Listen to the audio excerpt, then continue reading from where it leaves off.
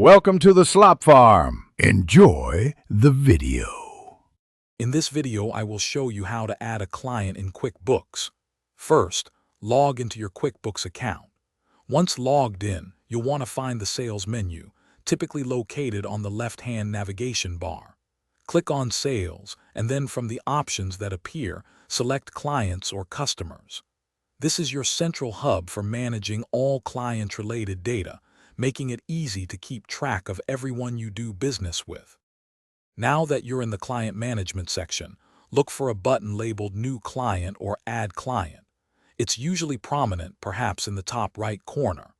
Clicking this will open a new window or form where you can start entering details. Begin by filling in the most crucial information: the client's full name, their company name, and their primary email address. Accuracy here is key for smooth communication. Next, you'll want to expand on the client's profile by adding more contact information. This includes their phone number, mobile number, and their full billing and shipping addresses. Don't forget to set their preferred payment terms, such as net 30 or due on receipt, which will automatically apply to future invoices. You can also add any specific tax details or custom fields relevant to your business operations.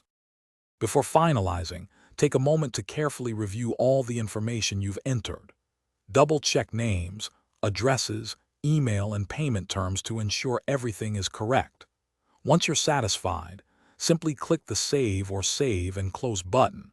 Congratulations!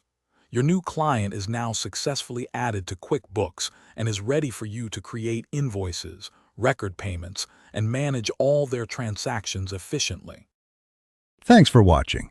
Consider subscribing if we helped you today.